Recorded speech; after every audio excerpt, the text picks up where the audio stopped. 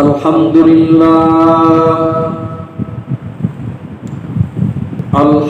لله وكفى وسلام على عباده الذين اصطفى أرسله بالحق بشيرا ونذيرا وداعيا إلى الله بإذنه وسراجا منيرا. وقال الله تبارك وتعالى في الكلام المجيد والفرقان الحميد: أعوذ بالله من الشيطان الرجيم. بسم الله الرحمن الرحيم. الحمد لله رب العالمين الرحمن الرحيم مالك يوم الدين إياك نعبد وإياك نستعين اهدنا الصراط المستقيم صراط الذين أنعمت عليهم غير المغضوب عليهم ولا الضالين. وقال النبي صلى الله عليه وسلم: قال الله تعالى: إذ قال العبد الحمد لله رب العالمين قال الله تعالى: حمدني عبدي، أو كما قال عليه السلام. صدق الله وصدق رسوله النبي الكريم، ونحن على ذلك لمن الشاهدين والشاكرين، والحمد لله رب العالمين. اللهم صل على محمد وعلى آل محمد كما صليت على إبراهيم وعلى آل إبراهيم إنك حميد مجيد. اللهم بارك على محمد وعلى آل محمد كما باركت على إبراهيم وعلى آل إبراهيم إنك حميد مجيد. محترم دوستو، بزرگو، گزشتہ چند جمعہ سے نماز پڑھنے کا طریقہ، طہارت کے مسائل اور ثنا یعنی سبحانک اللہم کا مطلب عرض کیا تھا کہ سبحانک اللہم و بحمدک و تبارک اسمک و تعالی جدک و لا الہ غیرک. اس کا معنی، اس کا مطلب، اس کا مفہوم کیا ہے؟ سبحانک اللہم عرض کیا تھا، سبحانک اللہم، اے اللہ تو پاک ہے، و بحمدک ساری تعریفیں تیرے لیے، و تبارک اسمک تیرا نام بڑا بابرکت، و تعالی جدک تیری شان بڑی بلند، ولا الہ غیرک تیرے علاوہ کوئی الہ نہیں، تیرے علاوہ کوئی معبود نہیں.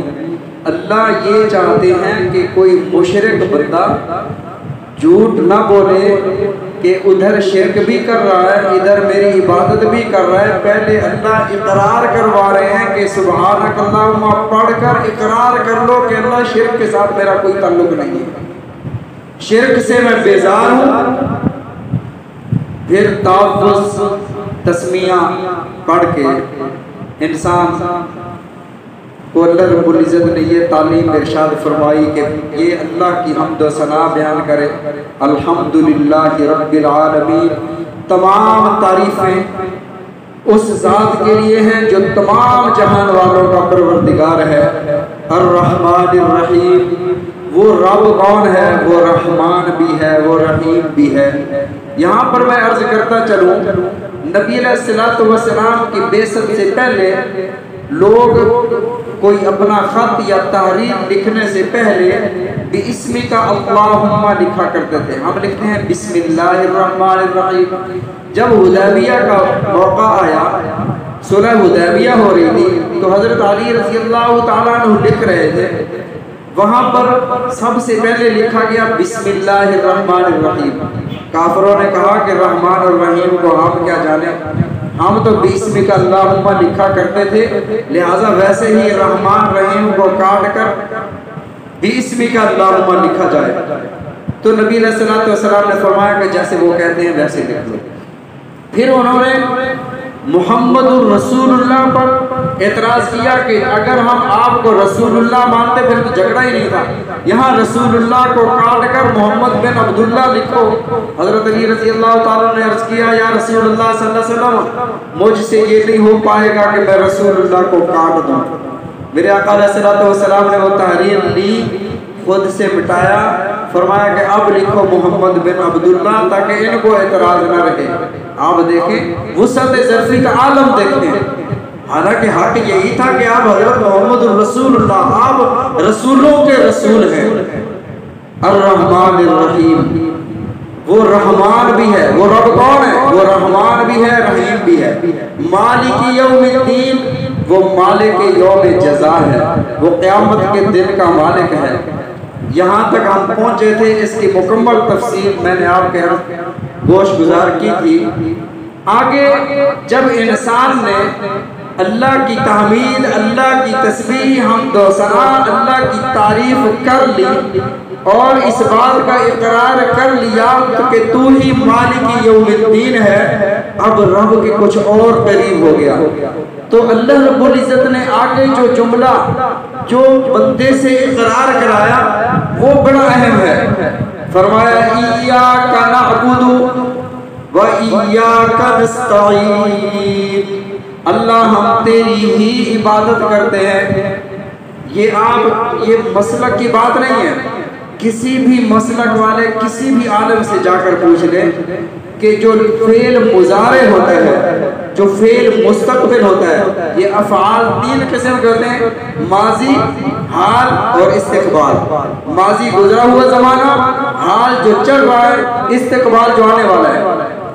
تو یہ نعبدو اور اعبدو یہ مضارع مستقبل کے صیغے ہیں، اور اس میں حال بھی ہوتا ہے، استقبال بھی ہوتا ہے، دونوں زمانے پائے جاتے ہیں۔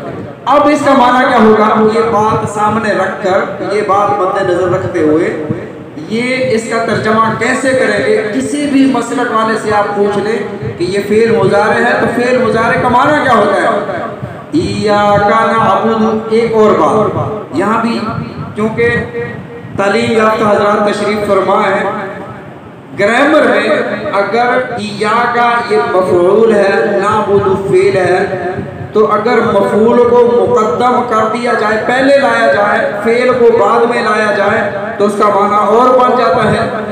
حالانکہ عربی کا قاعدہ یہ ہے کہ پہلے فعل ہو، پھر فاعل ہو، پھر مفعول ہو، لیکن یہاں اللہ مفعول کو پہلے لے آئے۔ شاید یہ بات آپ کے سر کے اوپر سے گزر رہی ہے کہ یہ فعل کیا ہوتا ہے، یہ فاعل کیا ہوتا ہے، یہ مفعول کیا ہوتا ہے۔ بہرحال اگر نعبد اصول کے مطابق ہونا چاہیے تھا نعبد ایاک، یعنی فعل پہلے مفعول بعد میں، لیکن اللہ رب العزت مفعول کو پہلے لائے۔ اس کی وجہ کیا ہے؟ اس کی وجہ یہ ہے کہ اگر فعل پہلے ہوتا، نعبد ایاک یوں ہوتا تو معنی بنتا ہم تیری عبادت کرتے ہیں۔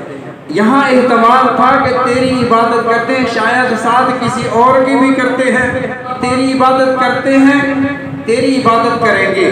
اور مفعول کو پہلے لانے کا فائدہ یہ ہوا کہ یہاں حصر پیدا ہو گئی کہ اللہ تیری ہی عبادت کرتے ہیں، تیری ہی عبادت کرتے رہیں گے، تیری ہی عبادت کرتے ہیں، تیری ہی عبادت کرتے رہیں گے۔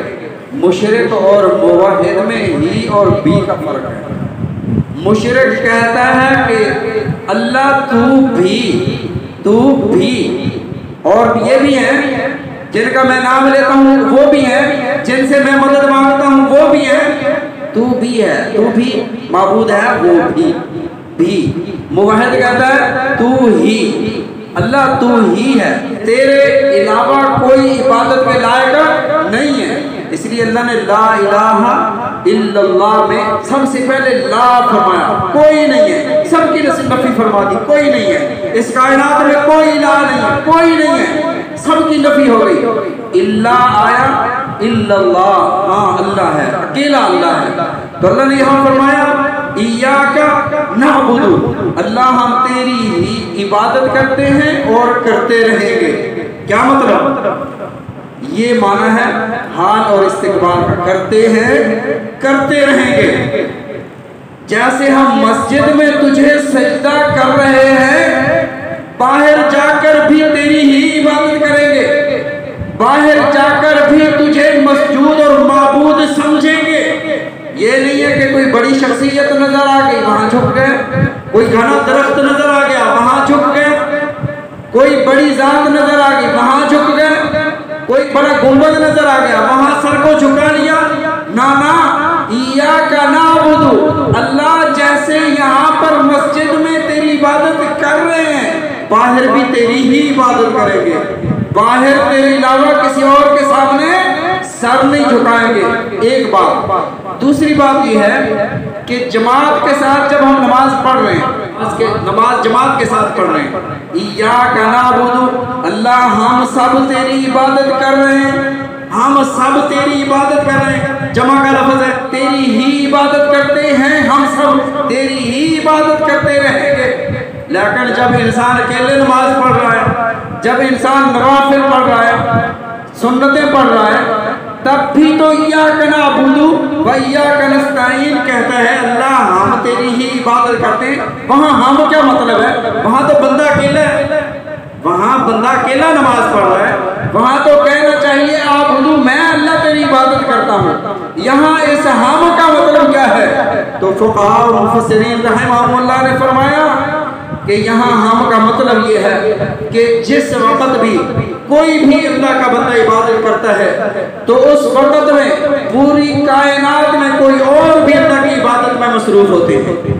اللہ کے فرشتے تو ہم وقت اللہ کی عبادت کرتے ہیں، لا یعصون اللہ ما امرہم ویفعلون ما یؤمرون۔ فرشتوں کی شان یہ ہے کہ فرشتے جو قیام میں ہے وہ قیامت تک قیام میں رہے گا۔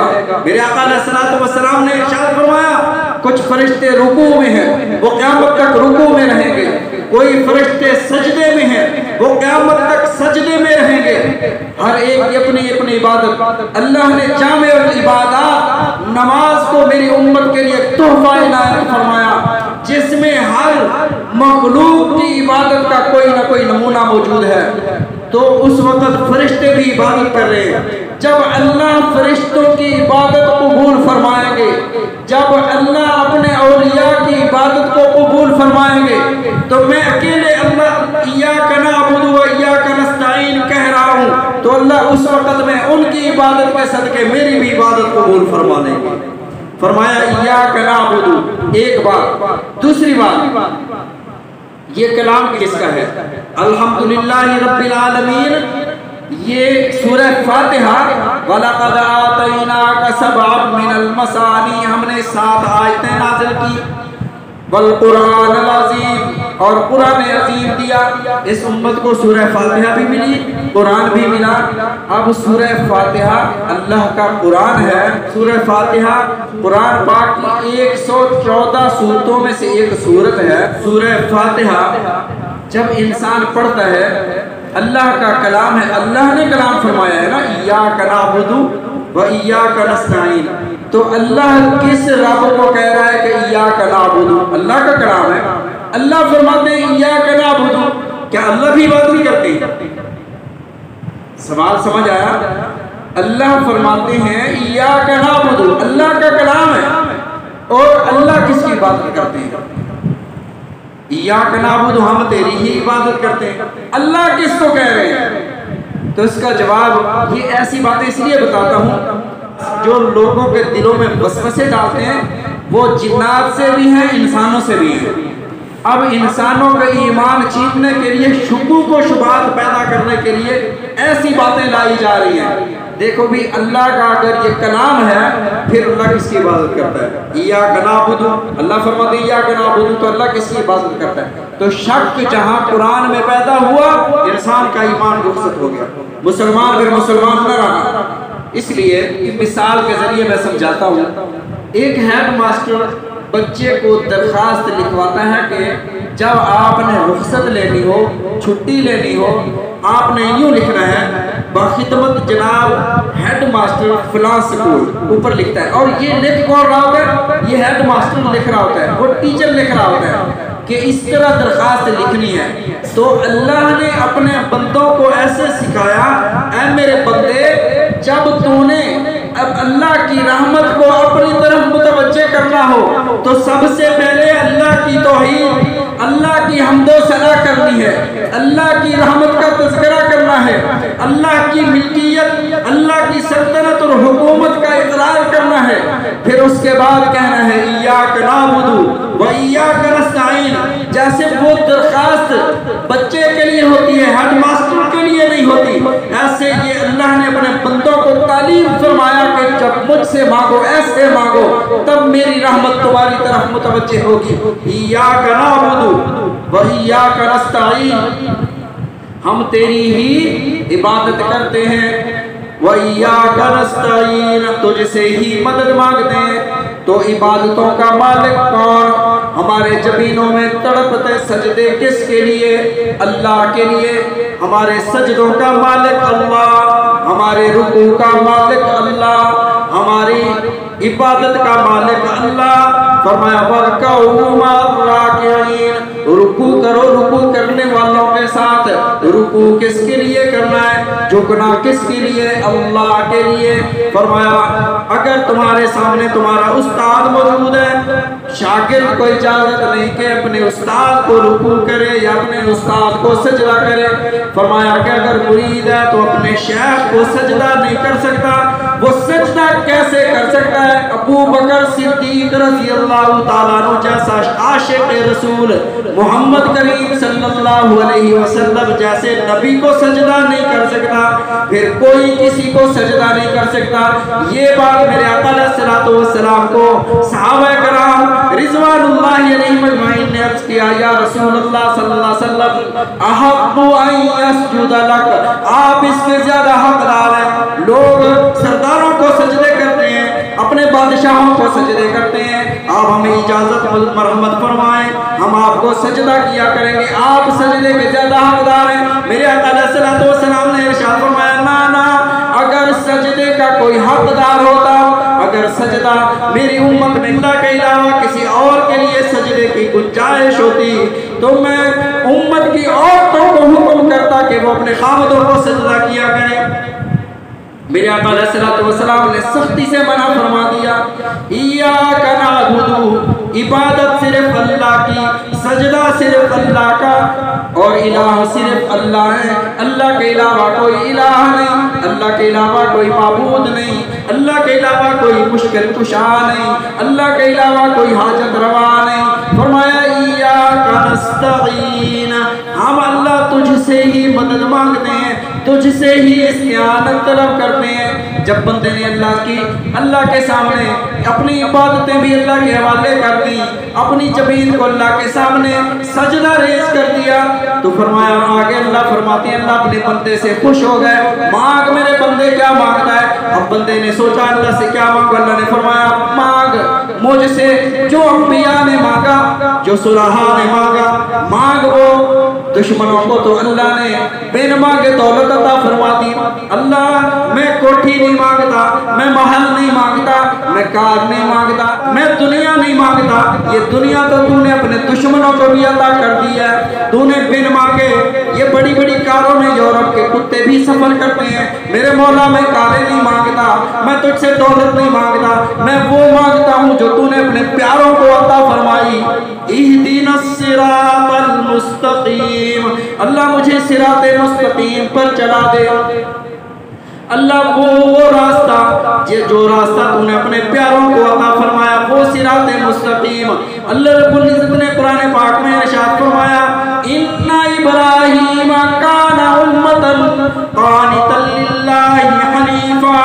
میرا ابراہیم قانت بھی تھا، میرا ابراہیم راکع بھی تھا، میرا ابراہیم ساجد بھی تھا، میرا ابراہیم میرا خلیل بھی تھا. فرمایا قانتا للہ حنیفا ولم یکن من المشرکین شاکرا لانعمہ اجتباہ وہداہ الی صراط مستقیم. ابراہیم نے قربانیوں کی انتہا کر دی، وفاؤں کی انتہا کر دی، میں نے اپنے خلیل پر عطاؤں کی حد کر دی، عطاؤں کی انتہا کر دی. میرا ابراہیم شاکر تھا، میں نے اسے صراط مستقیم عطا فرما دیا۔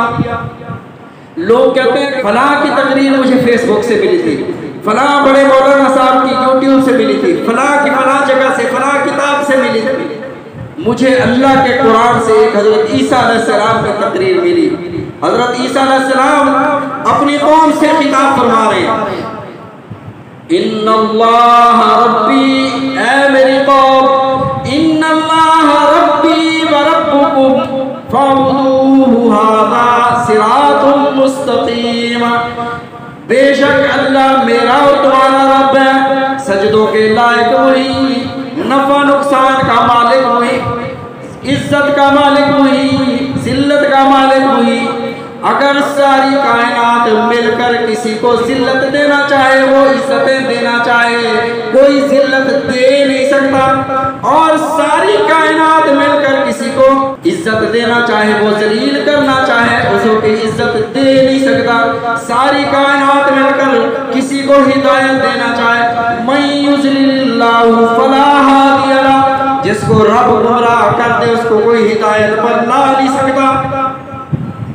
فرمایا ان اللہ ربی و ربکم فاعبدوہ ھذا صراط مستقیم، اسی رب کی عبادت کرو جو تمہارے نفع نقصان کا مالک ہے، جو تمہاری عزتوں کا رکھوالا ہے۔ فرمایا فاعبدوہ، اسی کی عبادت کرو، ھذا صراط مستقیم، یہی صراط مستقیم ہے۔ آگے چلو، میں نے یاسین کھولی، فرمایا یاسین والقرآن الحکیم انک لمن المرسلین، میرے محبوبہ، او یاسین کے لقب والے میرے محبوب، مجھے قرآن کی عظمتوں کی قسم ہے، اللہ قسمیں فرماتے ہیں، قسمیں کھاتے ہیں، مجھے قرآن کی عظمتوں کی قسم ہے، انک لمن المرسلین، اے میرے محبوب، رسولوں کا آپ کو ہم نے سردار بنا دیا، علی صراط مستقیم، ہم نے آپ کو صراط مستقیم کا مالک بنا دیا۔ اللہ یہ صراط مستقیم ہے کیا؟ یہ کیا چیز ہے؟ اللہ نے آگے صراط مستقیم کا تعارف فرمایا، صراط الذین انعمت علیہم، یہ وہ راستہ ہے جن راستوں پر میرے وہ نیک بندے چلے جن پر میں نے اپنا انعام کیا۔ انعمت علیہم، اللہ نے کن پر انعام کیا؟ انشاءاللہ اس کو اگلے جمعے ذکر کریں گے۔ اللہ رب العزت ہم سب کو سمجھنے کی، عمل کرنے کی توفیق عطا فرمائے، نبی علیہ الصلوۃ والسلام کے فرامین سمجھنے کی، عمل کرنے کی توفیق عطا فرمائے۔ وآخر دعوانا